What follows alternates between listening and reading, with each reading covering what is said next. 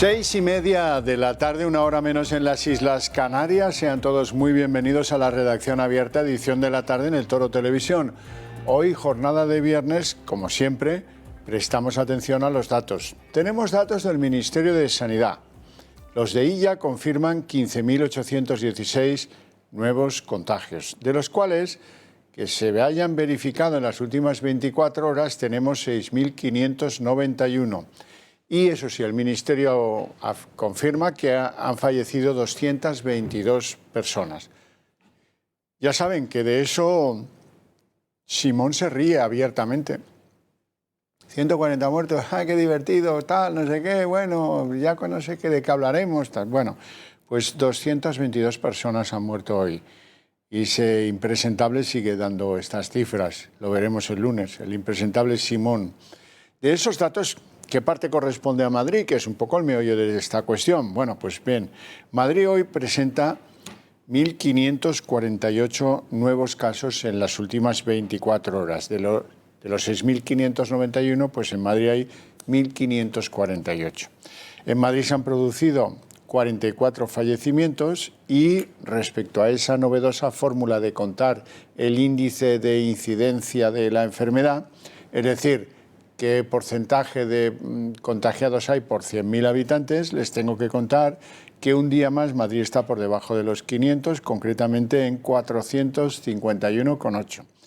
Hay comunidades donde, lamentablemente, los índices por 100.000 son peores. Por ejemplo, el de Navarra, 847 en el mismo día de hoy. Bueno, esta es la situación sanitaria que tiende a mejorar en Madrid, aunque levemente, que tiende a empeorar en algún otro sitio y que, en fin, también podemos contar que hay nuevas medidas de restricción. Ahora las vamos a ver una por una, etcétera, etcétera. Pero volviendo a Madrid, hoy hacía declaraciones el vicepresidente madrileño Ignacio Aguado. Dice que hay que ir todos a una y está como en pleno viraje a recomponer los roces que ha tenido con la presidenta Isabel Díaz Ayuso. El de Ciudadanos parece tratar de recomponer la bastante traicionada confianza en el líder de Ciudadanos en Madrid. Que todavía lamentablemente no lo hemos superado, que lamentablemente mañana, pasado y al otro seguirán falleciendo compatriotas, seguirán muriendo gente, seguirán cerrando negocios y que tenemos una obligación de tratar de entendernos, donde no podemos perdernos en rifirrafes, en buscar culpables y sí debemos preocuparnos y ocuparnos de buscar soluciones. Hoy, por cierto, la presidenta madrileña le ha enviado una carta a la presidenta de la Comisión Europea, Ursula von der Leyen. ¿Y qué le pide? Pues, por favor, regulen, armonicen los protocolos del espacio aéreo. A ver si, por la vía europea, tratan de convencer o de imponer a Ábalos, al ministro de Fomento, que tome medidas en los grandes aeropuertos como el de Madrid, que son un verdadero coladero de países que están peor que nosotros. De eso se queja la presidenta madrileña, esta vez a la presidenta de la Comisión Europea. Bueno, vamos ya con esas medidas restrictivas que se han tomado en diferentes puntos del país. Por ejemplo, como saben ustedes, la Generalitat de Cataluña, para evitar a toda costa que le apliquen un 155 sanitario, se adelantó al Gobierno e impuso unas medidas bastante duras que obligan a cerrar bares y restaurantes por 15 días.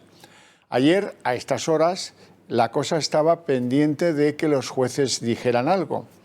Luego, la Generalitat dijo que, con independencia de que los jueces dijeran algo o no, se iban a consolidar las medidas.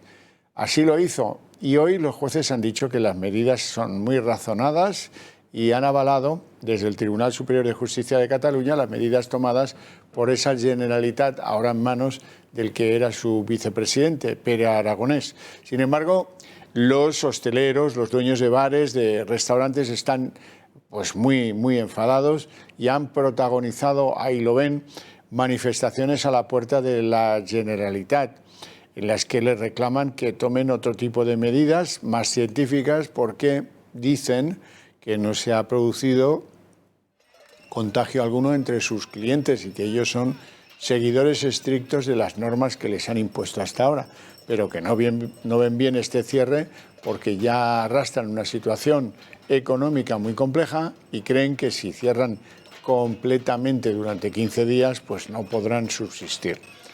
esta es la situación. Muchos de ellos, curiosamente, llevaban pancartas diciendo no os votaremos a la Generalitat. Bueno, pues hoy el presidente de la patronal catalana, Fomento del Trabajo, que se llama Josep Sánchez Llibre, pedía que se establezcan indemnizaciones para aquellos a los que se les obliga a cerrar sus negocios. Le vamos a escuchar ahora. Bueno, que estamos aquí para dar soporte a una decisión que a nuestro entender es precipitada, es desequilibrada y desproporcionada. Y lo que queremos es que una vez tomada esta decisión, que va a tener comportamientos muy negativos, el Gobierno, por responsabilidad, indemnice a todos los negocios que van a sufrir de estas decisiones irresponsables. Por cierto, y hablando de Cataluña, aunque no tenga que ver con la pandemia, hoy el presidente del Parlamento de Cataluña, Roger Torrent, ha dicho que el día 21 de octubre se va a poner el reloj en marcha, lo que quiere decir que habrá elecciones catalanas, estamos casi en definitivo, el 14 de febrero del año 21. Y dicho esto, vamos a escucharle como lo dice para que no haya dudas y el que tenga compromisos ese día 14 de febrero se vaya deshaciendo, porque hay mucho constitucionalista catalán que no vive en Barcelona y que a lo mejor pues quiere votar en esas elecciones. Vamos a escuchar a Torrent. Hoy constatamos que ha pasado el periodo sin un candidato, por lo tanto no habrá pleno de investidura y esto lo notificaré el miércoles que viene, el día 21 de octubre, para que empiecen a contar los 2 meses posteriores a este periodo de los 10 días, en el cual si no hay ningún candidato y no hay ningún debate de investidura que acabe con éxito, es decir, con la investidura de un presidente o presidenta de la Generalitat, nos vamos automáticamente al periodo electoral, a la convocatoria de elecciones que se celebrarán el 14 de febrero. Bueno, continuamos el relato de lo que son medidas, restricciones y medidas que toman en diferentes lugares de España porque la pandemia aprieta. Por ejemplo, en Extremadura se han prohibido las reuniones de más de 6 personas. Y ahora vamos a escuchar cómo nos cuenta la situación en esa comunidad el vicepresidente, que además es consejero de Sanidad, José María Vergeles. Es médico además. Que las reuniones sociales durante un periodo de 14 días, y de aplicación en todo el ámbito de la Comunidad Autónoma de Extremadura, no superen las 6 personas, tanto en el ámbito público como en el ámbito privado. Se ha detectado transmisión comunitaria en Elche, en Orihuela y en algunas otras poblaciones menos importantes del Levante español. Y ahora vamos a Navarra, donde en Cadreita las medidas de confinamiento afectan a esta localidad navarra. Y ahora vamos a escuchar a su alcaldesa, Berta Pejenaute. Pide paciencia a los ciudadanos, que no queda otra, ¿no? Llevábamos varios días que iban aumentando los positivos y no se frenaban. Entonces, estuvimos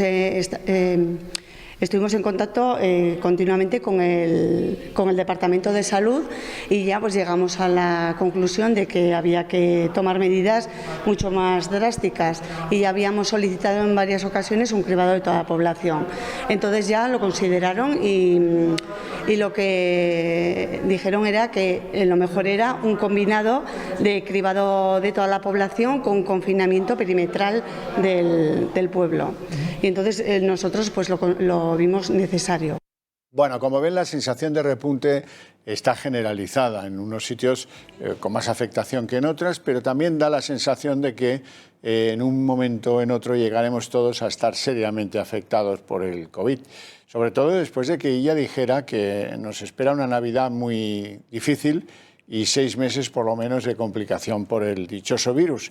Bueno, una complicación que se resolvería pues bastante rápidamente si dispusiéramos de la vacuna, pero claro, esto no se puede precipitar, son las pruebas las que van a dictaminar si esa vacuna o esas vacunas están ya maduras para ser distribuidas entre la población. Hoy contaba ella que esperan la llegada de 5 millones de dosis una vez las pruebas estén finalizadas. Vamos a escucharle.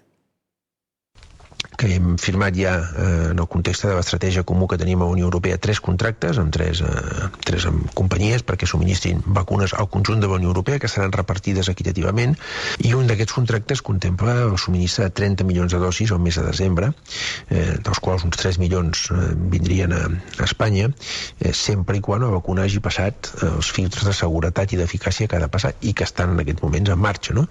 S'ha d'esperar, a mi em diuen els experts del Ministeri, s'ha d'esperar encara ben bé a primers de novembre, meitat de novembre, tenir les primeres impressions de la vacuna, i aquí el que sí que hi puc dir és que no sacrificarem cap criteri de seguretat ni cap criteri d'eficàcia, no?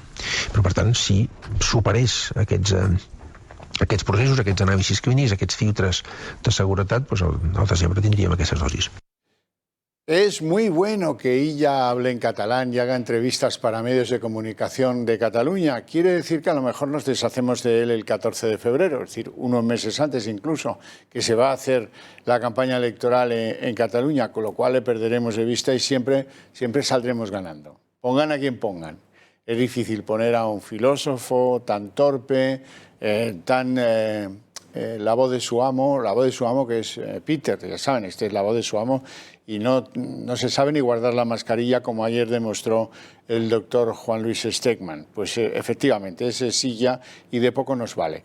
Dice la Agencia Europea del Medicamento, y esto sí que lo vamos a entender, que hay 30 millones de dosis y que la fecha está próxima a que llegue ese momento feliz del reparto de la dosis.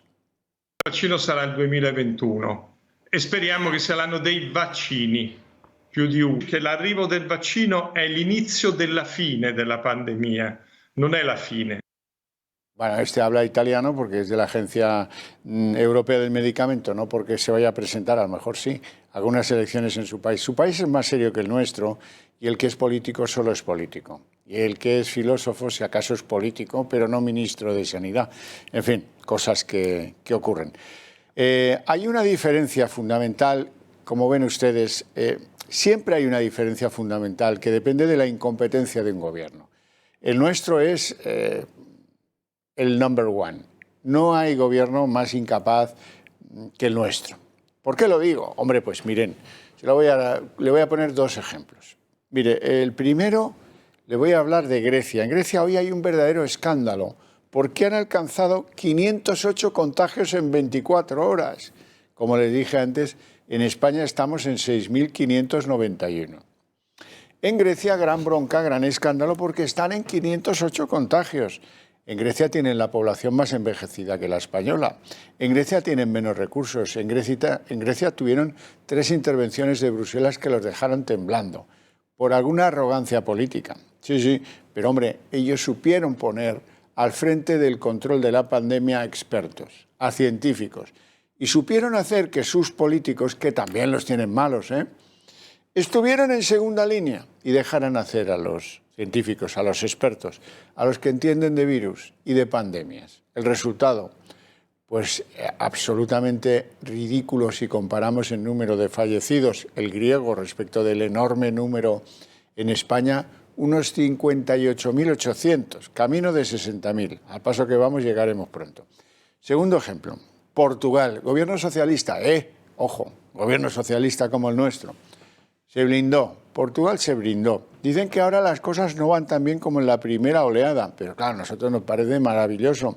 Es más, el señor primer ministro, que es un socialista, considera que dado que el gasto de las mascarillas es un problema para las familias, un gasto imprevisto, lo lógico es no obtener de las mascarillas impuestos. Es decir, que el Estado no lucre sus arcas de la venta o del comercio de las mascarillas.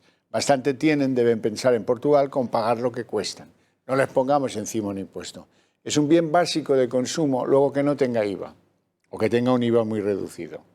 Eso es lo que han pensado en Portugal unos socialistas del sur de Europa. ¿Ven ustedes alguno en este gobierno que se preocupe del IVA de las mascarillas? Que lo paguen. Eso que nos han tenido en la primera oleada sin ellas, que tuvieron que ir a buscarlas a no sé dónde. Por ejemplo, Madrid.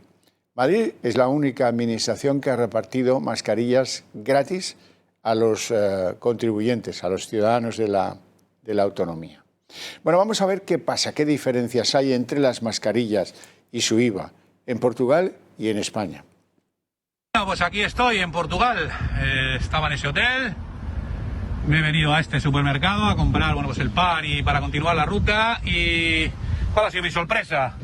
Pues mascarillas, venden mascarillas, ¿vale? En cajitas de 20 mascarillas, 20 unidades, por aquí lo ponen en algún sitio, ahí abajo, 20 unidades. Y así se lucha contra el virus, no confinando y cerrando y haciendo lo que les da la gana. Ahí tenemos el precio de lo que han costado 20 mascarillas, a 1,74, señores. La caja de 20 mascarillas, 1,74. He pagado 17,40 por 200 mascarillas. Algo que en España son casi 200 euros. Señores políticos, así no se lucha contra el virus. Esto es una pura especulación. Es todo negocio. Esta gente también paga impuestos, también paga IVA, también paga exportación. Son mascarillas quirúrgicas, exactamente iguales que las que pagamos a 0,98. Repito, a 0,98 allí en España por una sola mascarilla. Y aquí 1,74 y vienen 20. Viene un paquete de 20 mascarillas. Así podemos ver, a lo mejor es ahí uno de los trucos, la diferencia de que Portugal esté bastante mejor que nosotros referente al virus. Yo entiendo que esto es un gasto, pero que hay que asumirlo y sinceramente no creo que valga 1,98 como nos cobran allí en España. Al final una familia que son 2 hijos, el padre, la madre, 4 personas y tienen que cambiarla cada 4 o 5 horas esta mascarilla, estamos hablando de un precio allí en España de 8 o 10 euros diarios, por 30 días 300 euros. No hay ninguna economía, repito, no hay ninguna economía en España que se haga cargo de eso. A este precio, señores, usamos 3 todos los días y seguro que controlamos el virus. Señores políticos, tomen nota, por favor. Bueno, les presento ya a nuestro primer invitado esta tarde, don Antonio Alarcó, senador del Partido Popular, cirujano, doctor, portavoz de su partido en la Comisión de Sanidad del Senado. Muy buenas tardes, don Antonio. ¿Qué tal? Buenas tardes, ¿cómo están? Encantado de saludarlos. Bueno, mire, lo primero de todo, no dijeron a ese Simón que el día que tiene que anunciar la muerte de 144 personas, eso fue ayer. 144 personas es un balance de un desgraciado accidente aéreo. Es un Boeing en el que mueren 144 personas. No se me ocurriría que el que tiene que salir a dar esa noticia salga riéndose, cachondeándose, bebiendo de su botellita de agua y diciendo, bueno, tal, es que ya no sé de qué hablaréis cuando se acabe esto del COVID, pero si estás anunciando la muerte de 144 personas, hoy peor, 222 muertes. ¿Y cómo es posible? Hoy ha caído un jumbo, otro jumbo. Hoy ha caído un jumbo, sí, efectivamente. Bueno, es que esto... Javier, yo creo que el señor que estaba hablando de Portugal, sí, de una forma justa dijo los políticos. A mí me encantaría que empezaran a diferenciar a los políticos, igual que a los periodistas, igual que a las personas. No somos todos iguales. Algunos están más comprometidos que otros y algunos ejercen la política como una noble actividad. Y como eso lo siento, me gustaría que empezáramos así. Y lo que está ocurriendo en Portugal es una cosa increíble, positivamente, dentro de un país, como acabas de decir, del sur y además socialista, que gobiernan los socialistas. Y claro, el señor Simón ha pasado de ser no compañero nuestro. El señor Simón, si en este momento estuviera colegiado y en ejercicio, se le abriría un expediente por negligencia.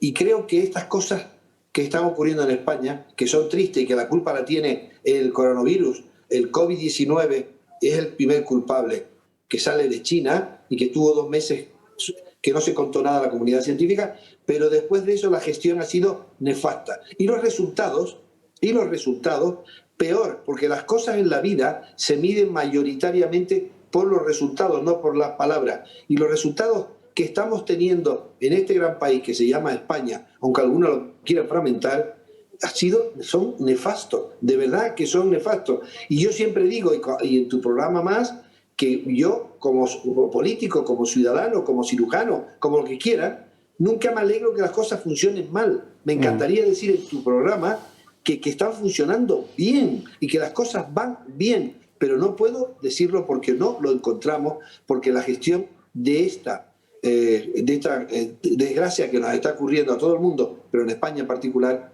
tiene una gestión ideológica, no una gestión científica. Sí, pero ocurren cosas muy sorprendentes, muy lacerantes, pero que no se arreglan. Les pillan que no tienen comité de expertos, que están tomando decisiones unos tíos que uno es filósofo, licenciado en filosofía, el otro es un cachondo que viene de las misiones con Médicos Mundi, pero bueno, pues esa gente es evidente que a partir de que los pillan flagrantemente incumpliendo algo básico, que es tener un comité reglado de expertos que produzcan unos documentos y tú te ciñes a lo que ellos te recomiendan. Bueno, pues les pillan y no lo han empezado a nombrar. Siguen sin tener a día de hoy en la segunda oleada un comité de expertos que conozcamos y que podamos sopesarlos si nos parecen buenos o regulares o malos. Una de las diferencias, profesor Alarcó, una de las diferencias, por eso quiero defender lo que decía el señor de Portugal respecto de los políticos. Un buen político, cuando tiene un problema de estas dimensiones, como si un buen político tiene que hacer desde el Ministerio de Fomento un puente, se pone en manos de un ingeniero, de un arquitecto o, en el caso de una pandemia, de un científico que tenga conocimientos de pandemias, de virus y de medicina. En Grecia, que hoy están de escándalo, porque fíjense, en Grecia tienen 508 contagios en las últimas 24 horas. ¡Oh, Jesús! Y están 11 millones de habitantes, la población más envejecida de Europa, los más pobres de Europa, con el peor sistema sanitario que el nuestro de cabo a rabo. Bueno, pues pasaron la primera oleada que por allí no se le vio al virus. En la segunda oleada están muy preocupados porque tienen 508 contagios. Nosotros en 24 horas tenemos 6.500. ¿Cuál es la diferencia? Pues mire, el primer ministro griego, que es un señor de centro-derechas, supo ir a buscar a Australia a un tío de origen griego, científico, especialista, virólogo, muy conocido en su mundo, del cual lamento mucho no recordar el nombre, y le dijo: te contrato, ven aquí, ponte al mando de todo esto, y nosotros haremos lo que tú digas, no lo que nosotros queramos, no, lo que tú digas, porque confiamos en ti. Bueno, los resultados han sido apabullantes. Sin duda. Es que por eso digo, y me duele decirlo, me duele de verdad, me duele decir que está habiendo una gestión política de esta pandemia ideológica. No tiene que ver absolutamente nada, absolutamente nada con los científicos, ni con la evidencia científica, ni con los protocolos internacionales. No tiene que ver absolutamente nada. Y por eso, y solamente por eso, y mayoritariamente por eso, tenemos los resultados más nefastos de la historia tristísima de esta pandemia. No hay ningún país del mundo donde haya tanto fallecido por millón de habitantes, ni la letalidad, pero es algo más grave todavía, si es que no es grave que haya los muertos que ha habido, los fallecidos, que ya vamos por 58.000, qué tristeza, y el gobierno sigue sin reconocerlo, sino que tenemos el nivel de fallecidos sanitarios más alto del mundo, y tenemos el nivel de contagiados sanitarios más alto del mundo. ¿Qué pasa? ¿Por qué está ocurriendo esto? Está ocurriendo esto precisamente por tener una gestión no científica. Por eso yo el otro día en el Senado al ministro Illa le dije: deje usted de utilizar a la ciencia y invocar a la ciencia, a los científicos, porque usted nos está agrediendo. No hay sustrato científico detrás. Por eso se hizo lo que se ha hecho en Madrid, por eso he dicho lo que se ha hecho en un montón de sitios, por eso ha cambiado de criterio a cada momento, y como acabas de decir, lo grave de todo esto, no pasaría nada si no hubiera fallecidos, si no hubiera gente ingresada en las UBIs, no hubiera gente ingresada en nuestros hospitales, no ocurriría nada si fuera eso. Pero es que lo que ocurre es que una mala gestión, aparte de que el coronavirus es un comportamiento peculiar en un porcentaje del 15% grave, es que la gestión que está siendo nefasta, y no nos merecemos esto. Basta ya de utilizar los criterios ideológicos, ya no digo ni políticos, para gestionar algo tan serio como lo que está ocurriendo. Y eso es la tristeza de todo esto, los resultados finales que estamos teniendo. Fíjese, por añadir algo a las conclusiones que usted ponía sobre la mesa, con las cuales estoy de acuerdo. Dice, medidas políticas. Hay 3 comunidades hoy, 3, y no es el primer día, Navarra, Aragón y La Rioja, las 3 gobernadas por el PSOE, que tienen peores datos en incidencia, peores datos que Madrid. Y nadie está hablando de aplicar medidas ni en Navarra, ni en Aragón, ni en La Rioja. Nadie. Y eso será, pues evidentemente, por lo que es. Mire, entonces, le pregunto, yo francamente no lo sé. Me levanto pensando una cosa y a mediodía he cambiado de idea. Hay mucha gente que cree que el problema son las autonomías, la diferencia de criterio, la diferencia de hacer, que esto en una sola mano estaría mejor. Pero luego al mediodía yo me miro los datos de Ceuta y de Melilla y digo, oh, qué horror, pero si ahí es donde manda Illa, 100% es donde manda Illa. ¿Sí? Le pregunto, sin querer inducir su respuesta, ¿qué opina usted? Esto estaría, claro, dice, estaría mejor en unas solas manos, depende de cuáles, pero en fin, ahí lo dejo. ¿Qué opina usted? Bueno, primero, el mando único desde el punto de vista técnico y científico no es malo en pandemia, pero si el mando único no es eficaz y no utiliza criterios científicos, caemos todos a la vez en un problema de ineficacia mantenida como ocurrió. No, Antonio, no estamos en la segunda ola, Antonio, estamos en la primera ola en una fase distinta porque no hemos salido de la pandemia, sino con la pandemia. Y ese es un diagnóstico que el gobierno todavía no ha hecho. Por eso se ha permitido el lujo de decir frases como que salimos más fuertes, hemos vencido el virus, ya esto está vencido, y por eso está ocurriendo lo que está ocurriendo. En definitiva, es una combinación, Antonio. ¿Qué ocurre en la Europa que pertenecemos? Lo que ocurre es que el gobierno central es el responsable general de la política de coordinación en todo el país. Eso es imprescindible. Y a la vez, las comunidades autónomas que tienen gestión no son dueños de la sanidad, ni tienen por qué tener una sanidad distinta, sino gestionar, como dice la Constitución, no es cuestión de 17 sistemas sanitarios distintos, coordinados con una política general, porque de aquí tenemos que salir todos juntos, si no nos salimos, una responsabilidad. Pero ¿qué está ocurriendo? Que utilizan criterios cambiantes en cada momento, depende de quién gobierna uno y otro para que el gobierno central actúe o no, y el gobierno central en julio dijo, hemos salido más fuertes, hemos vencido al virus, vayan a divertirse. Y desde el primer día que se fue el presidente del gobierno, y por cierto el ministro Illa, de vacaciones en los primeros días de agosto, hasta que volvió, en este país hubo más de 100.000 contaminados españoles de coronavirus. Y eso no ocurre en ningún país estructurado que se entiende por serio. Que España lo es, pero los responsables políticos actuales están siendo absolutamente irresponsables. Y sin duda, esto tiene que tener consecuencias evidentes. Ya no digo políticas porque no la están asumiendo, pero tiene que tener consecuencias de una forma clara. Igual que la bomba biológica, por mucho que duela.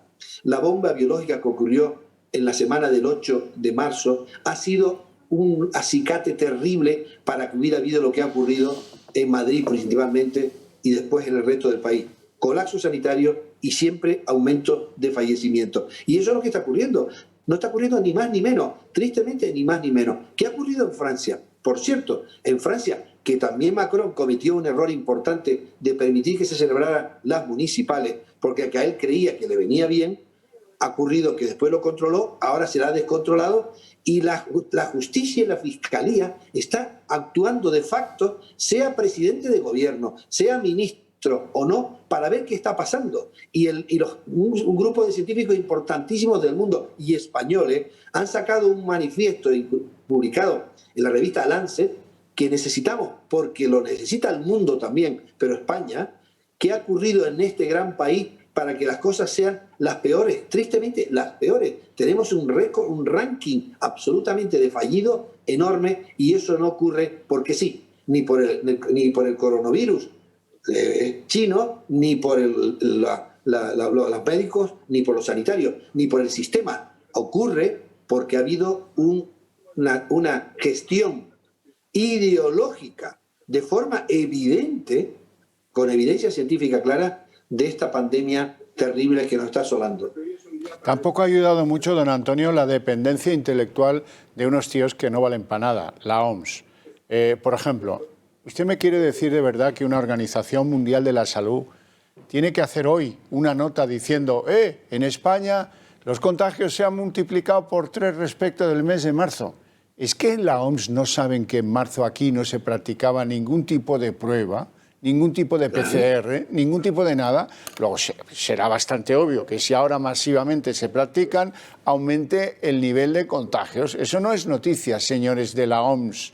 Y la verdad es que es lamentable en manos de quien estamos, no solo en el panorama nacional, que desde luego, donde peor, pero hay algunos que también necesitan ayuda, ¿eh?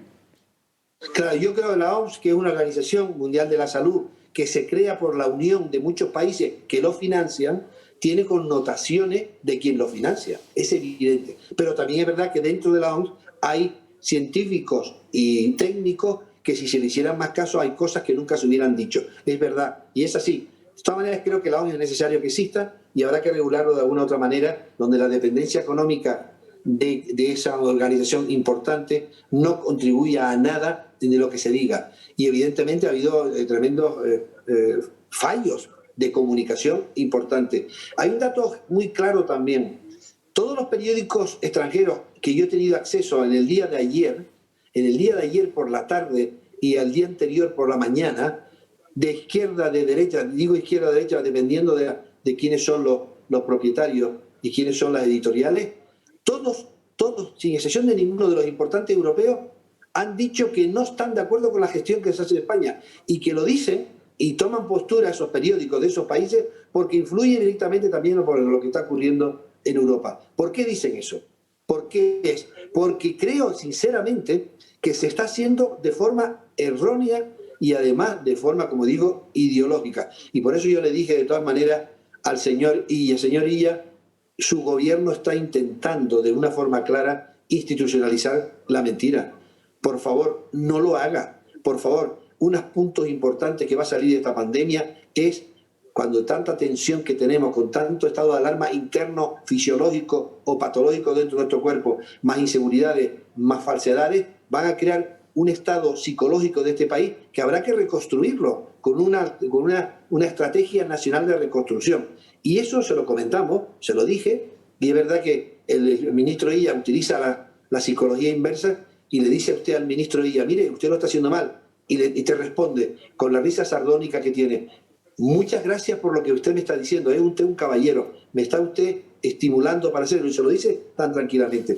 Y si fuera un filósofo que realmente practicaba la filosofía, porque la filosofía es importante para resolver los por qué, y aplicara sus silogismos que les recordé todos, que yo estudié en el colegio, que son muy útiles, el Bárbara Calaren, Darío Inferio, César Camestre, Festino Barocco, que alguna brigada de intervención inmediata de la ultraizquierda me criticó porque decía que era un idioma nuevo, que demuestra su gran incultura, lo hubiera aplicado en la sanidad, no hubiera ocurrido lo que está ocurriendo hoy en la pandemia. No lo hubiera ocurrido nunca. Y si el señor Illa fuera médico y se presentara al MIR y el MIR le preguntaran cómo gestionar una pandemia y dijera cómo lo está haciendo él, estaría suspendido, no sería especialista porque estaría suspendido. Y esto no es ideológico, esto no tiene que ver porque uno tenga una ideología determinada o no, sino porque el virus no tiene ideología. El virus depende simplemente de criterios técnicos y científicos para luchar contra él. Y es verdad también que una grandísima responsabilidad de cada ciudadano, claramente. Antonio, yo viajo mucho en avión porque en una isla, para ir a la península e ir en barco, pues tarda uno en llegar.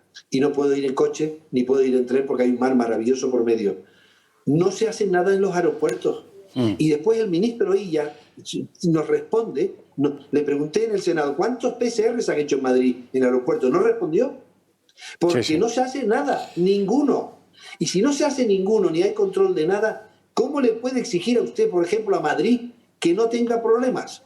¿Cómo le exige usted a los responsables políticos de Madrid, incluidos los científicos, que son muchos y buenos por su ejercicio y por su trayectoria, que tome medidas de otra manera? El criterio de 500 de prevalencia, el 10% de PCR positivo y el número de UBI no es ninguno de esos criterios científicos. Ninguno. ¿Por qué 500 por 100.000 habitantes y no por 80.000 habitantes? ¿Por qué el 10% de PCR? Si usted no hace ninguno, no tiene ninguno. Y si usted hace 100.000, en España va a tener usted muchos positivos. Y si usted tiene camas de pre-UBI, como tiene Madrid en muchos hospitales, ¿cuáles son las camas de UBI? Quiero decir con esto que esto está cansándonos a todos ya. Y como has dicho tú al empezar, no podemos acostumbrarnos a que todos los días se caiga un gran avión y no pase nada. Así no es. pase nada con el número de fallecidos que estamos teniendo, que es lo dramático de esto. Y ya no solamente los fallecidos, Antonio, sino la recuperación que nos vamos a necesitar todos, si tenemos suerte y todavía estamos en esta tierra pudiendo hablar, porque uno está al filo de la navaja todo el día y no viviendo, sino sorteando al virus porque está al lado nuestro. Si eso es así, tenemos que hacer un gran esfuerzo para obligar, y espero que Europa lo haga, obligar a que se haga criterios científicos, yo los llamaría ya europeos, para que no se discutan quién los hace aquí o quién no los hace aquí. Don Antonio, le agradezco mucho su presencia en el programa, un abrazo fuerte, le deseo también un buen fin de semana y a ustedes les tengo que contar varias cosas. Antes de irnos a publicidad tenemos que hacer un balance por lo que ha sido el coronavirus y les tengo que contar un triste atentado supuestamente yihadista muy cerca de París, en una localidad muy próxima a París. Ha habido una persona que ha sido decapitada en plena calle mientras su asesino gritaba "Alá es grande". O sea que, más claro el agua. La localidad se llama Conflans-Saint-Honorin. Bien, y ahora sí, nos vamos a dar una vuelta por el mundo a ver cómo evoluciona el coronavirus. La pandemia de coronavirus originada en la ciudad china de Wuhan ha registrado en las últimas 24 horas más de 343.000 casos nuevos, con lo que el total se eleva a 38,9 millones de personas contagiadas con 1,09 millones de víctimas mortales, según el balance publicado este viernes por la Universidad Johns Hopkins. En total, 38.925.000 personas han contraído el virus, de las que más de la mitad se encuentran en los 3 países más afectados, Estados Unidos, India y Brasil, mientras que las víctimas mortales son ya 1.098.378. Por lo que se refiere a las recuperaciones, son ya más de 26 millones de personas las que han conseguido superar la COVID-19, la enfermedad respiratoria provocada por el virus. India encabeza el listado con más de 6,45 millones de pacientes curados. Estados Unidos sigue siendo el país más afectado a nivel mundial por la pandemia, con 7,9 millones de personas contagiadas y 217.700 víctimas mortales, tras sumar más de 63.000 casos nuevos desde el balance anterior.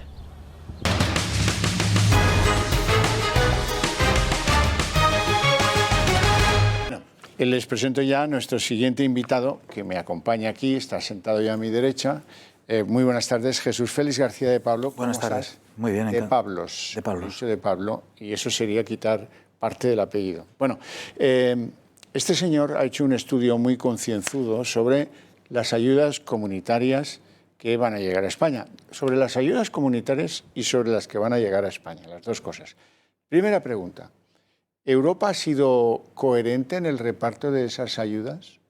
En principio es coherente con ese reparto porque se va a distribuir en función de la pérdida del Producto Interior Bruto de los diferentes países. Y España va a perder el máximo casi. Pero no recibe el que más. No recibe Italia el que más. recibe más que nosotros, En función quizá de la población.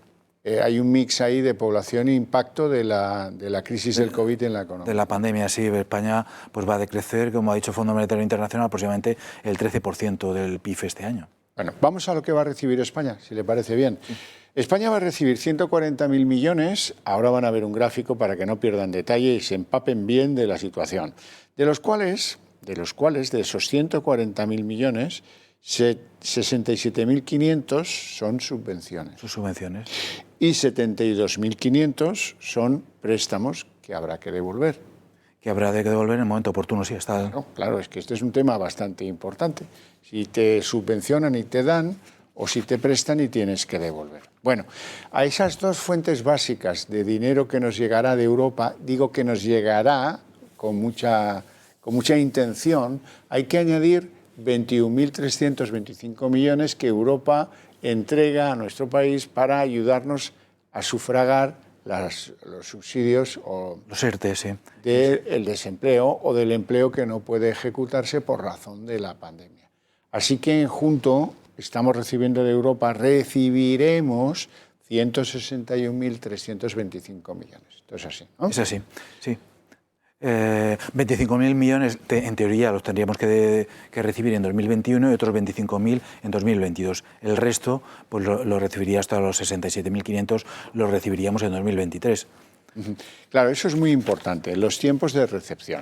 Estamos en que de las subvenciones, que es lo que no tenemos que devolver, de las subvenciones, entre el 21 y el 22 vamos a recibir unos 49.000 millones, que usted lo señala aquí en un gráfico absolutamente al céntimo. Y en el año 23 recibiremos lo restante, 18.187.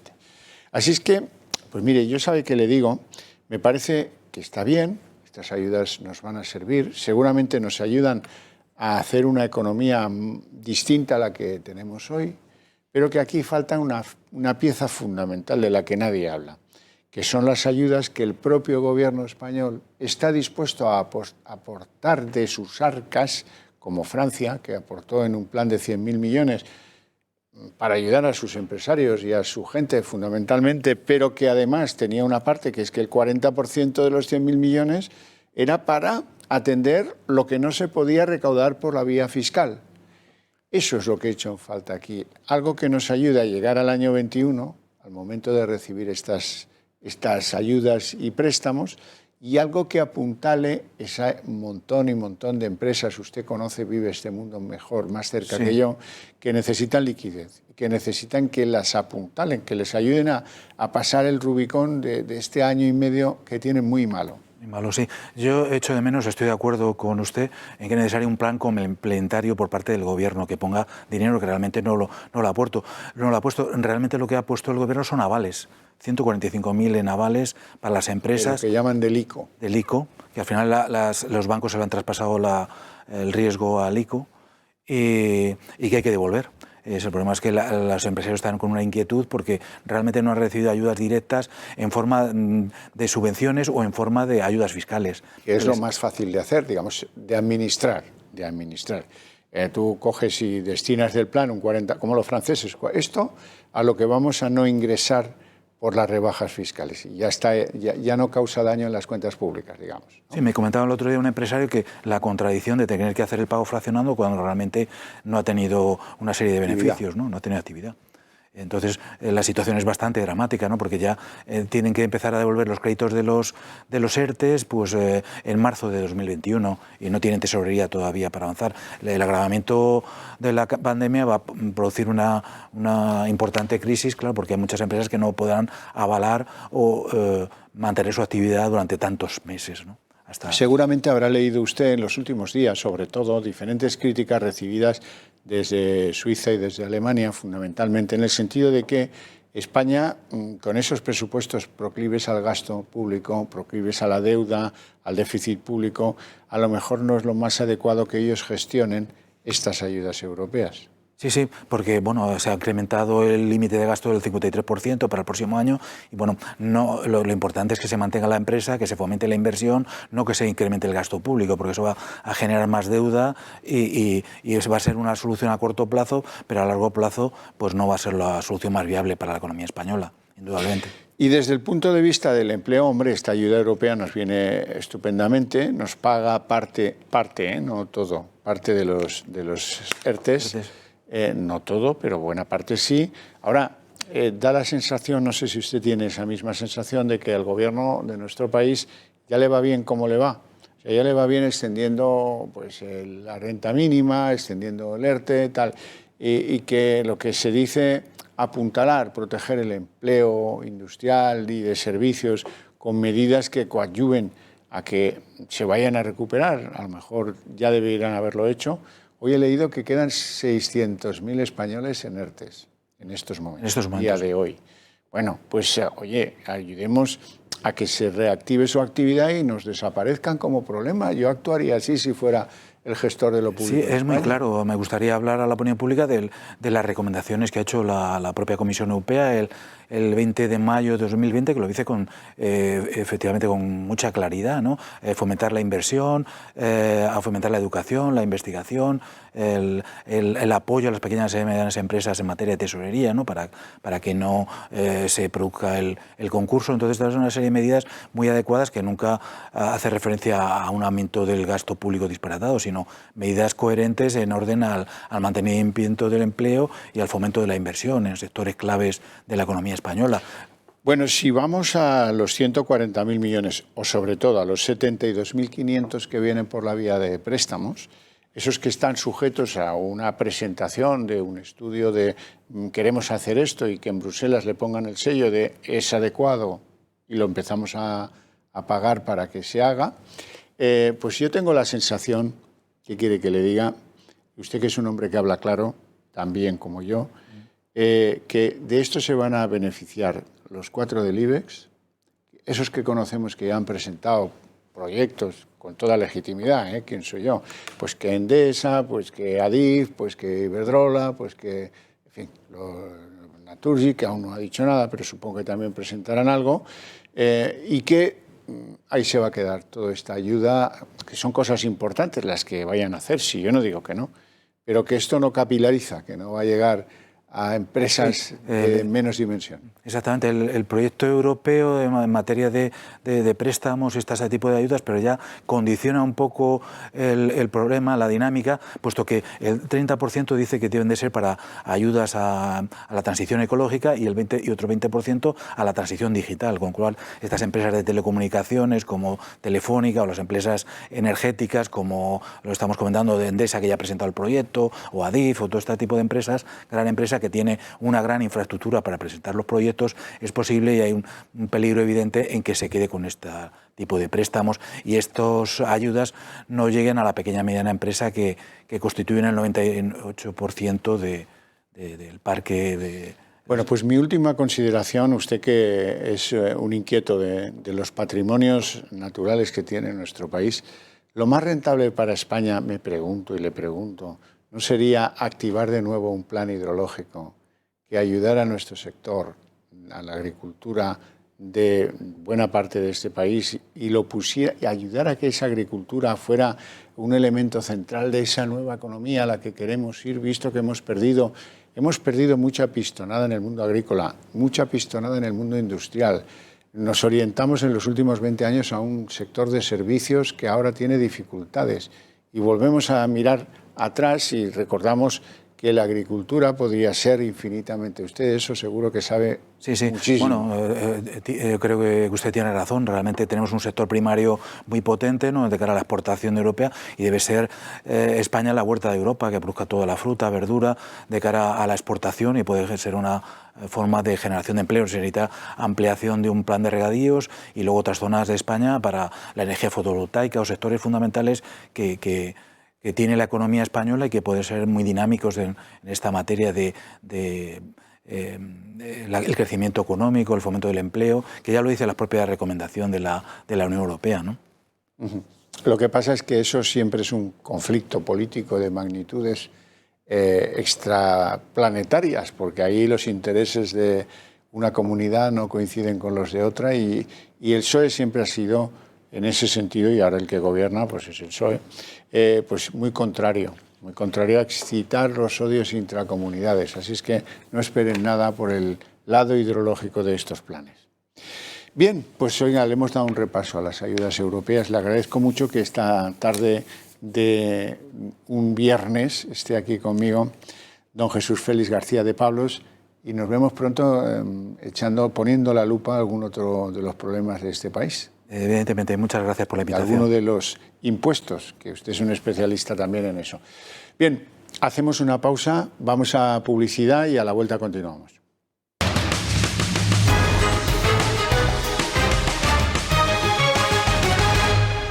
Bueno, en primer lugar, que sepan que Sánchez parece que no va a estar el día 21 en el Congreso. Se ha buscado un foro económico de carácter privado para no sentarse en el banco azul, mientras Ignacio Garriga, el diputado por Barcelona de Vox, arranca a desarrollar la moción de censura contra el presidente del Gobierno, Pedro Sánchez. Es decir, luego no que vengan a criticar a Rajoy porque parece que Sánchez va a hacer lo mismo. Si acaso, pues hay que ser listo y llevar un bolso, a lo mejor de Carmen Calvo, para poner en la butaca y así ya empatan en todo. Por cierto, en ese territorio, el de la moción de censura de Vox, yo les tengo que contar que Ciudadanos ha anunciado que va a votarlo negativamente. Y hoy quiero que ustedes y yo mismo nos empapemos de algo de lo que se habla a menudo, pero se conoce poco. Es la coincidencia entre el proceso que parece emprender el gobierno socialcomunista en España con el asalto al Consejo General del Poder Judicial, el control de los jueces, etcétera, etcétera, y lo que ocurriera pues, a partir del 2003 en Venezuela. Es por ello que me acompaña don William Cárdenas. Muy buenas tardes. Muy buenas tardes. Es presidente de la Plataforma Democrática de Venezolanos en España y diplomático. Muy buenas tardes. Le voy a preguntar, pero permítame que antes dé la bienvenida a don José Puglisi, compañero periodista. ¿Qué tal, don José? ¿Cómo estás? Hola, muy buenas tardes. Muchas gracias por la invitación. Estás ahí en el teletrabajo, ¿no? Sí. Bueno, pues os pregunto a los dos. Concomitancias, similitudes, ¿os suena esto que parece encaminar España, los desaires al jefe del Estado, el asalto a la judicatura? Antes hemos visto cómo se ha cesado algún guardia civil con muchos galones porque no cumplía las órdenes dadas, en fin, ese tipo de cosas. Puglisi, empiezo por ti. ¿A ti esto te suena a un madurismo o a un chavismo? ¿Tiene aromas de eso? Sí, más que aroma es tufo. Realmente las similitudes son bárbaras. Hemos visto que en España queremos pasar de 3/5 para la votación a una mayoría absoluta. En el caso de Venezuela fueron de 2/3 a una mayoría simple. Vemos que en el caso de España la comunidad internacional también se ha quejado. Tenemos el caso de Polonia, que puso el grito en el cielo pidiendo a la Unión Europea que se pronunciara. En el caso de Venezuela también hubo una gran cantidad de instituciones internacionales que se pronunciaron al ver que existía un riesgo, una posible violación de la separación de poderes. Y tanto en Venezuela como en España hemos visto que jueces, fiscales y magistrados se están quejando, están viendo que ese riesgo a la democracia es real. Cárdenas, ¿tú coincides en ese diagnóstico? Completamente con mi buen amigo José Puglisi. Esto no es coincidencia, por supuesto. Este paralelismo y estas similitudes tienen su explicación, ¿no? En la alianza del PSOE y Podemos que hoy gobierna España, están incorporados varios miembros de Podemos que participaron activamente como asesores en el proceso que se produjo en Venezuela una vez que Chávez ganó las elecciones. Aún queda alguno.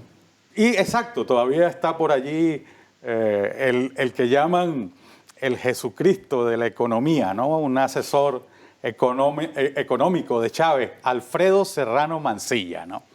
Y ocurre que, bueno, lo que estamos viendo pues nos causa muchísima preocupación, porque esto lo hemos vivido en Venezuela. Es un proceso de demolición de las instituciones, y una de las instituciones que se convierte en objetivo de las políticas de estos gobiernos populistas, ¿no? Gobiernos que emergen con motivo de una crisis. En esa crisis aparecen los salvadores de la patria, y los salvadores de la patria traen este discurso castrocomunista trasnochado, y entre sus píldoras, empiezan a aplicar dosis para demoler la democracia, pero desde adentro, ¿no? O sea, la tesis es acabar con lo que existe, demoliendo las instituciones para establecer un régimen que cada vez tiene más características de autoritario y de totalitario, ¿no? Puglisi, siguiendo el calendario de lo que ocurrió en Venezuela, el siguiente escalón, el siguiente peldaño de ese camino hacia alcanzar los cielos, como decía Podemos, ¿son los medios de comunicación los que van a recibir el siguiente impacto? Sí, cualquier institución que sea incómoda para ellos es el próximo objetivo. Obviamente los medios de comunicación, al desvelar un poco los planes, hacer la comparativa con otros países, hacer esa voz crítica, les genera ese estrés y esa necesidad de destruirlos. Entonces ya hemos visto que por lo menos Podemos ha creado su propio medio de comunicación para tener su voz. Es un poco parecido a lo que hacía el chavismo, en que cuando una institución no les servía, ellos creaban la misma paralela y al fin de cuentas se tomaban esos espacios. Con los medios de comunicación vemos que sigue siendo sigue siendo lo mismo. El gobierno va a tratar de ganar mayor cantidad de espacios, de controlarlos. Ya hemos visto que se ha amenazado a medios con la supuesta difusión de bulos y falsas noticias, que es una fórmula más para buscar la censura de la prensa. Y aquí contamos, y ahora os pregunto a los dos, con un aliado imprevisto, el COVID.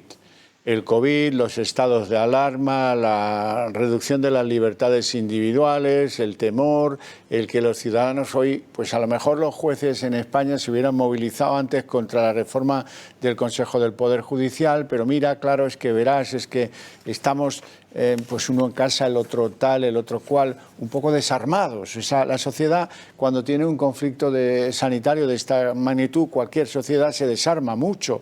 Y eso es el gran aliado de este proyecto de algunos en erosionar o en debilitar la estructura de la democracia en España. Es su momento, porque aprovechan la crisis para introducir estos cambios. Pero además, aquí en España está ocurriendo de una manera aceleradísima. A Chávez le costó alrededor de 6, 7 años controlar los medios de comunicación. A Chávez le costó alrededor de 8 años hacerse totalmente con el Poder Judicial. Sin embargo, aquí estamos viendo cómo esta gente va dando auténticos saltos, aprovechando la crisis para controlar los centros de inteligencia, para controlar medios de comunicación, pero no solo buscando la propiedad del medio de comunicación, sino acabar con la pluralidad. O sea, la libertad de prensa, la libertad de expresión, ir cercenando paulatinamente. La Guardia Civil, ¿eh? La Guardia Civil. ¿Se acuerda usted que en plena primera oleada salió una persona, un mando de la Guardia Civil, diciendo, pues oye, que aquí nosotros vamos a buscar a los que estén en redes colocando material que critique al gobierno, no que sea falso o no. ¿Lo recuerdas, Puglisi? Sí, es lamentable porque realmente una crítica al gobierno forma parte de lo que es el periodismo. Ser esa voz disonante es lo que hace que un periodista necesite y es su trabajo en sí. También creo que es importante destacar que hay una similitud que está pasando quizás por debajo de la mesa, porque las personas se pueden quedar con que esto es un tema político, de que un grupo político quiere conservar el Poder Judicial y otro quiere arrebatarlo, y se está perdiendo, por ejemplo, un detalle importante que son las amenazas al juez del caso Dina, esas amenazas de muerte y de intimidación, que recuerdan mucho lo que ocurrió en Venezuela cuando una jueza dio una sentencia en contra de Hugo Chávez, que es la reconocida jueza Afiuni, y ella sufrió tortura, sufrió violaciones en la cárcel, sufrió un conjunto de sanciones simplemente por llevar una voz contraria al gobierno. Ese es el verdadero peligro que se está corriendo en España, que al tomar un poder judicial y volverlo en una herramienta política, se puede jugar a que cualquier juez que diga algo contrario a lo que opine el PSOE o Podemos pudiese terminar en una situación similar. ¿A vosotros como venezolanos os sorprende la falta de combate que ha habido en España para defender esa transición, esa Constitución del 78? Ha habido sitios donde hoy peina el miedo. Por ejemplo, en la Guardia Civil. En la Guardia Civil, donde han hecho un trabajo de zapa bastante bueno. Los de Unidas Podemos, oye, se han cargado a un coronel y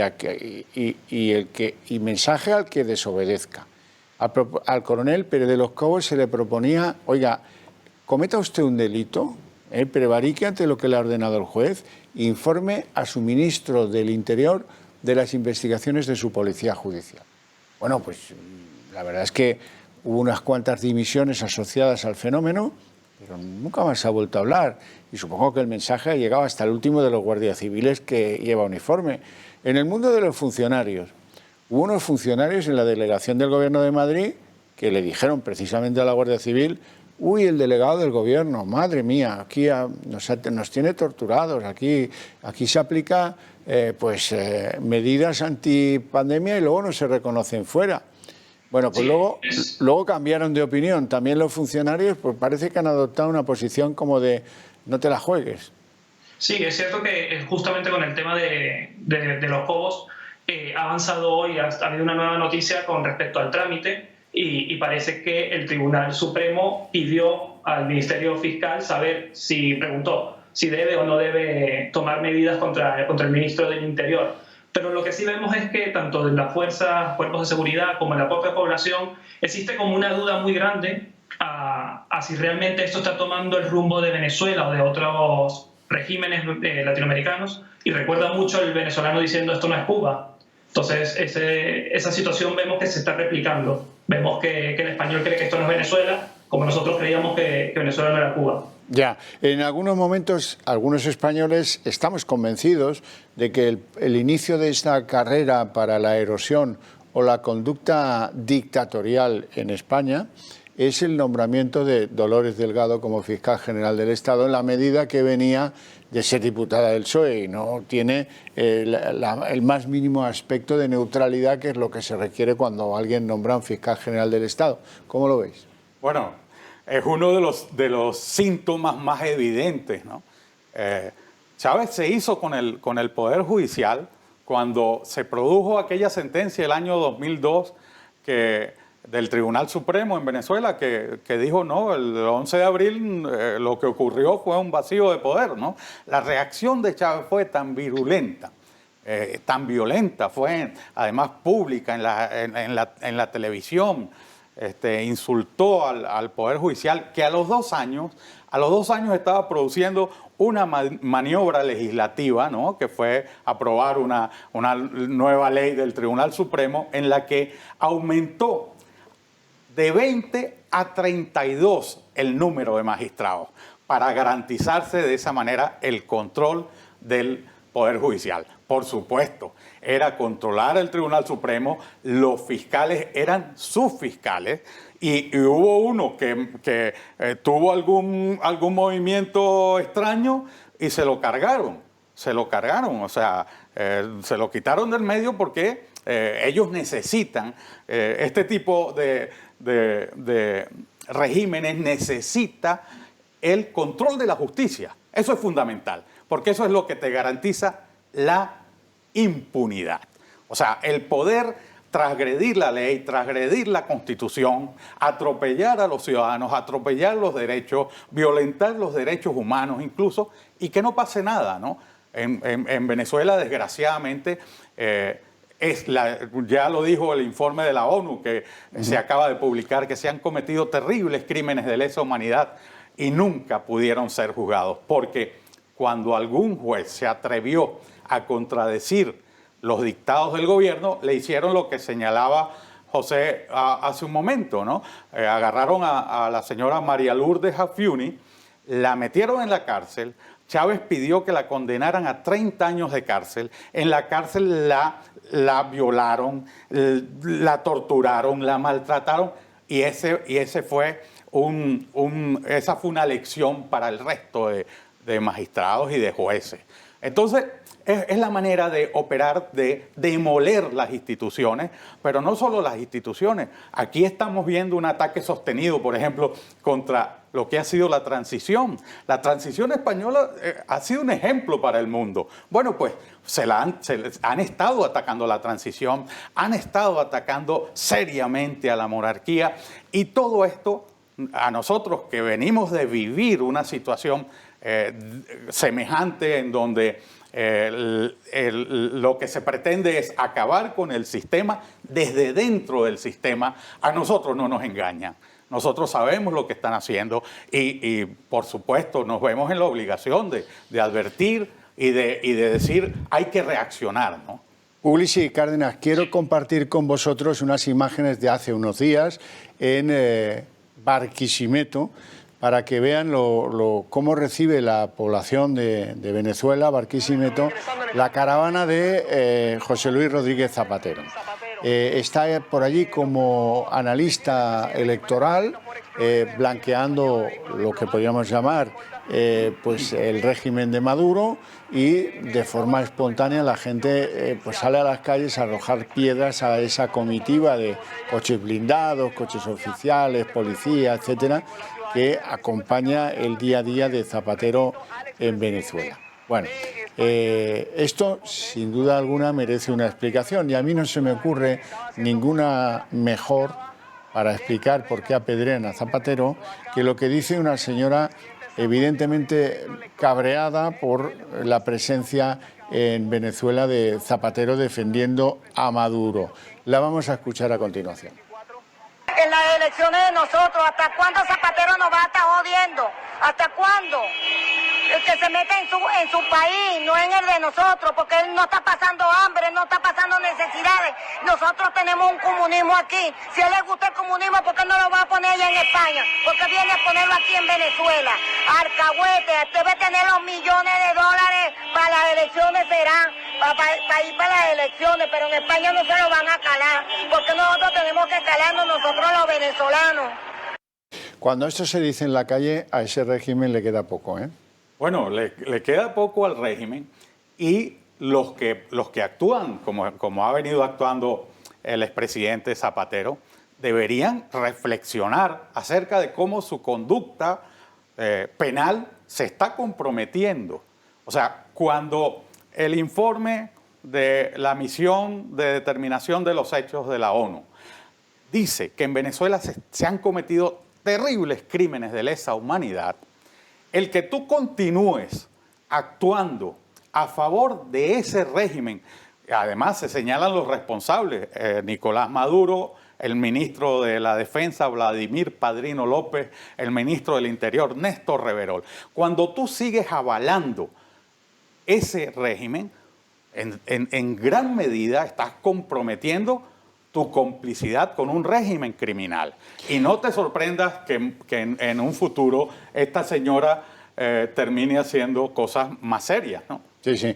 Y le tocaron la carita precisamente por eso a Josep Borrell en el Parlamento Europeo la semana pasada, por tener una actitud confusa respecto a Maduro y hacer algunos viajes de los cuales no había informado al Parlamento Europeo. Y me gustaría también, y por último, que viéramos juntos un trabajo, creo que es de OK Diario, en el que se recuerdan algunos de los momentos en los que Chávez, por allá del 2003, pasó por la misma situación que vivimos ahora en España.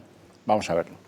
No podemos olvidar que 11 magistrados hace apenas unos meses tomaron una decisión que tiene boquiabierto al mundo entero, pues, que nadie en el mundo la entiende.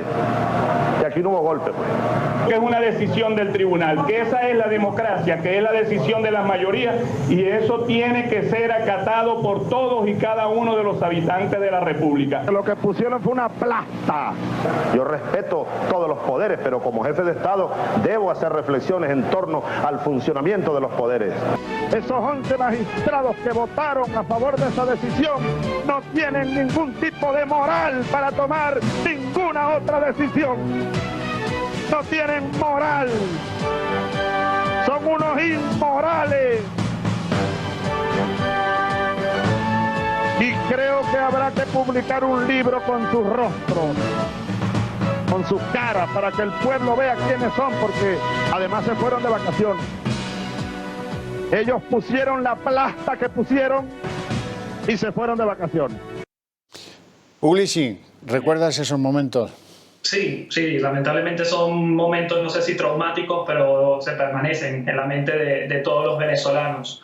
Y lamentablemente también recuerdan mucho las críticas, ya no en televisión, sino ahora a través de las redes sociales, que han hecho Monedero, Echenique, que han hecho ante la posible imputación de Pablo Iglesias, con la sentencia de Elisa Serra, el otro diputado que también está investigado por una presunta agresión a un agente de policía. Sí. Esas críticas, esos señalamientos directos a jueces, lo que buscan es desprestigiar la institución, desprestigiar a los propios jueces y tomar ellos ese control de las instituciones simplemente porque están dando una sentencia que a ellos no les gusta o va contra de sus propios intereses.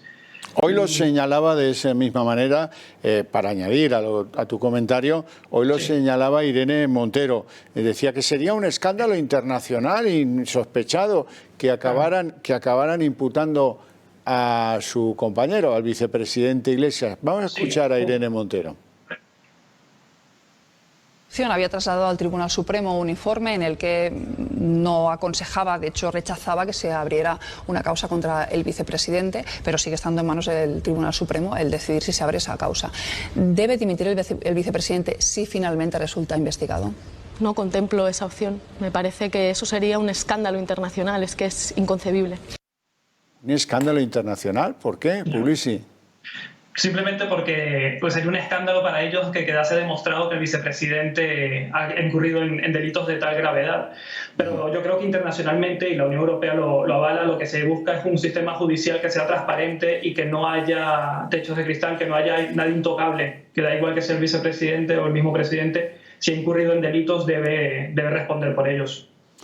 Bueno, pues Puglisi, te agradezco mucho que hayas podido interrumpir tu trabajo en tu domicilio y que estés con nosotros esta tarde. Un abrazo fuerte y feliz fin de semana.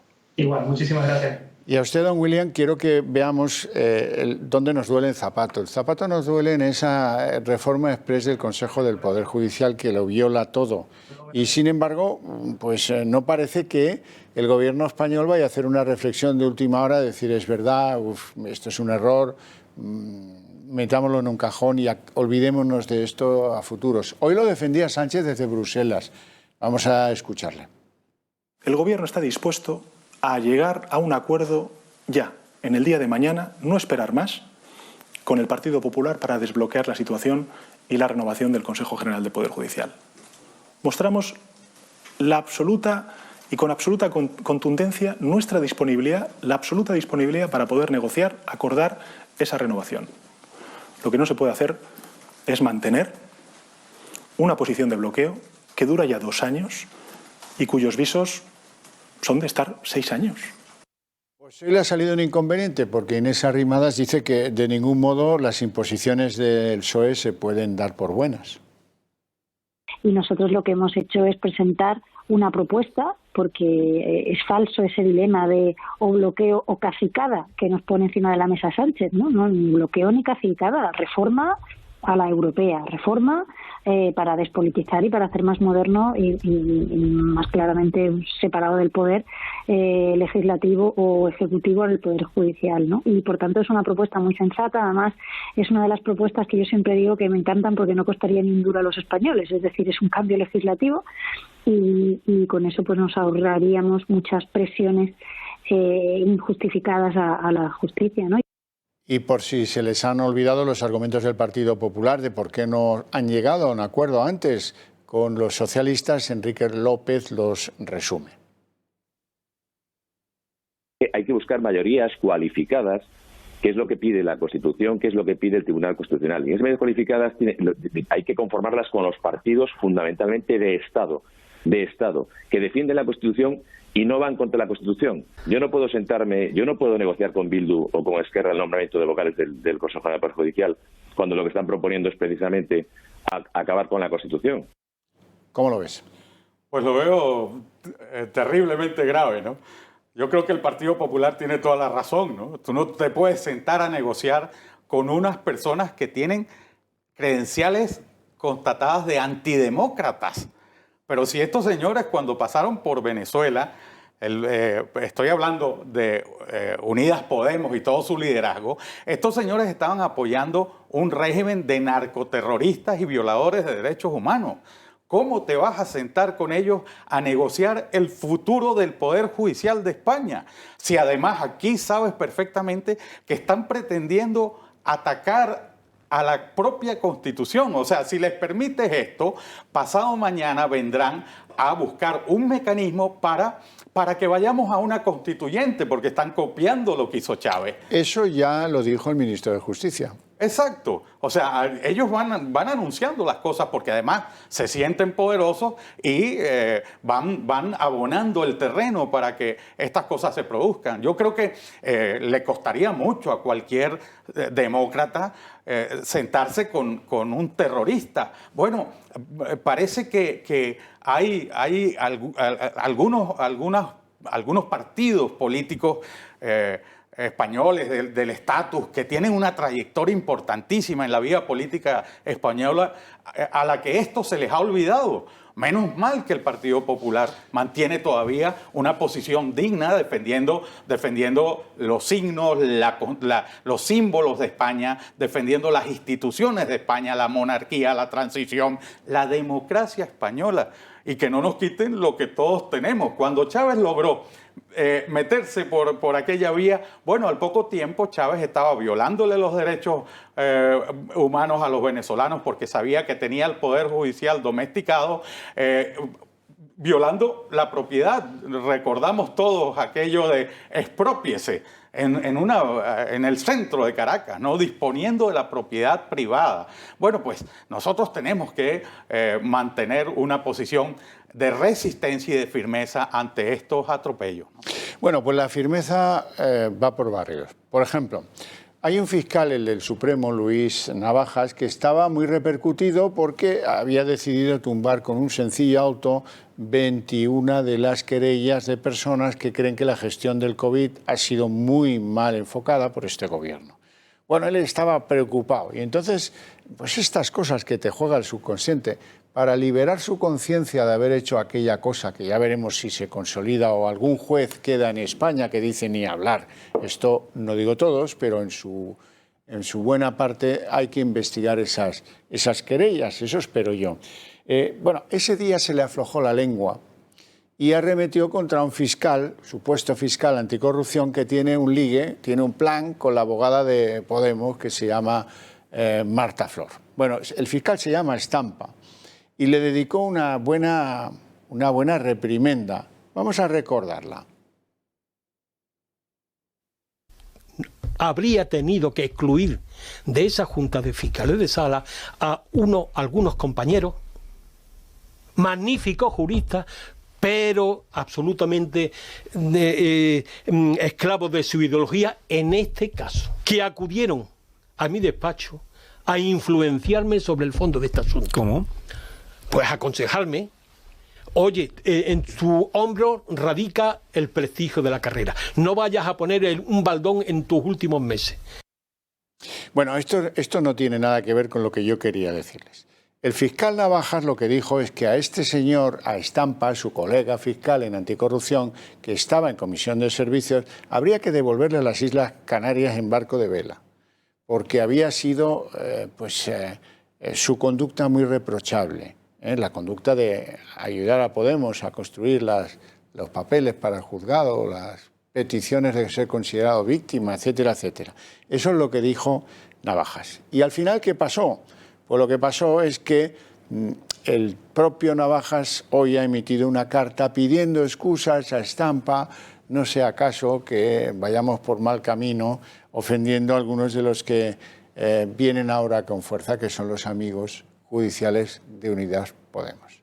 En el fondo lo que está tras todo esto es que Unidas Podemos quiere colocar en el Consejo General del Poder Judicial a Victoria Rosell y a algunos otros jueces amigos. Ese es el problema. Claro.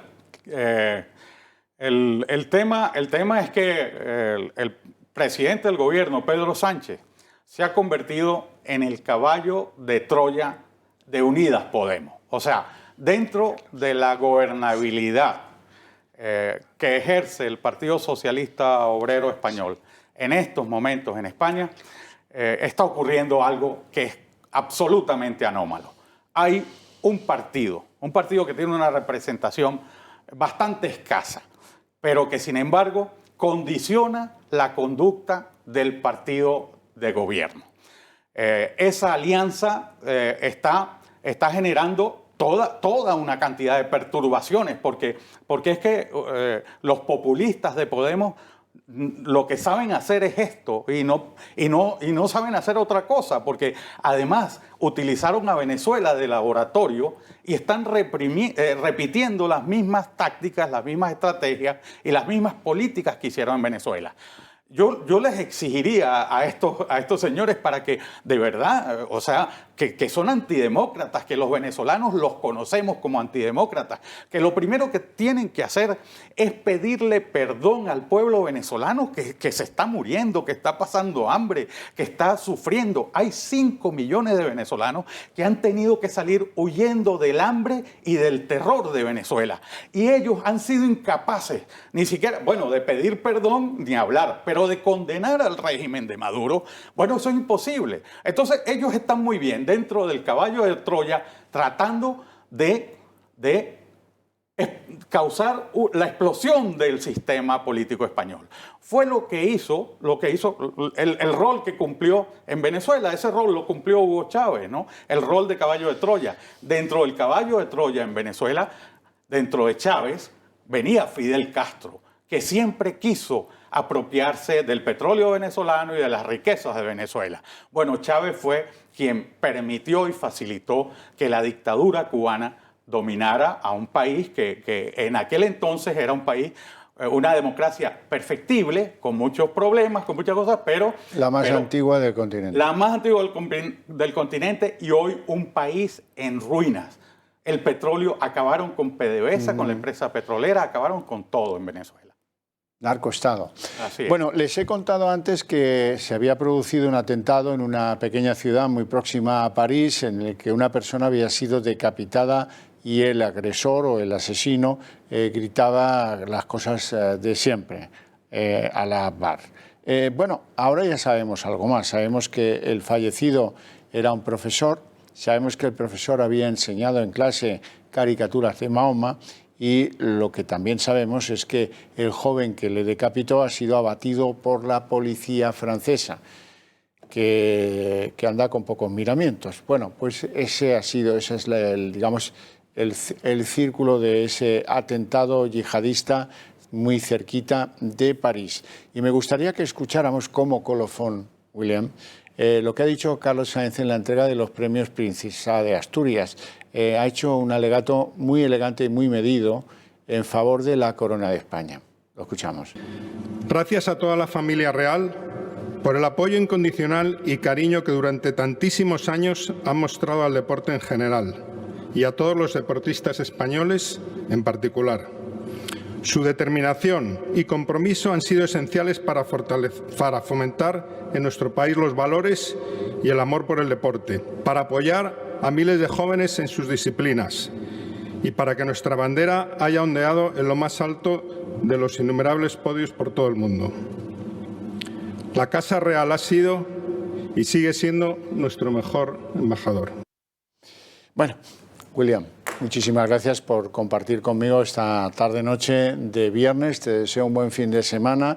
También a todos ustedes, vamos a ir ahora a Pulso Económico, a ver si le recobramos el pulso a la economía. Yo me despido, como siempre, recordándoles que el Club de Amigos de Intereconomía está pendiente de su llamada y que por una pequeña aportación pueden contribuir a que este medio, que se caracteriza por defender lo que solo defiende este medio y que ustedes comparten con nosotros, sea cada día más fuerte, que no dependa de los poderes ocultos, como le gusta decir a Iglesias, que los hay, pero que dependen de su vicepresidencia fundamentalmente, y que podamos estar aquí defendiendo cada día sus derechos y sus libertades. Muchas gracias.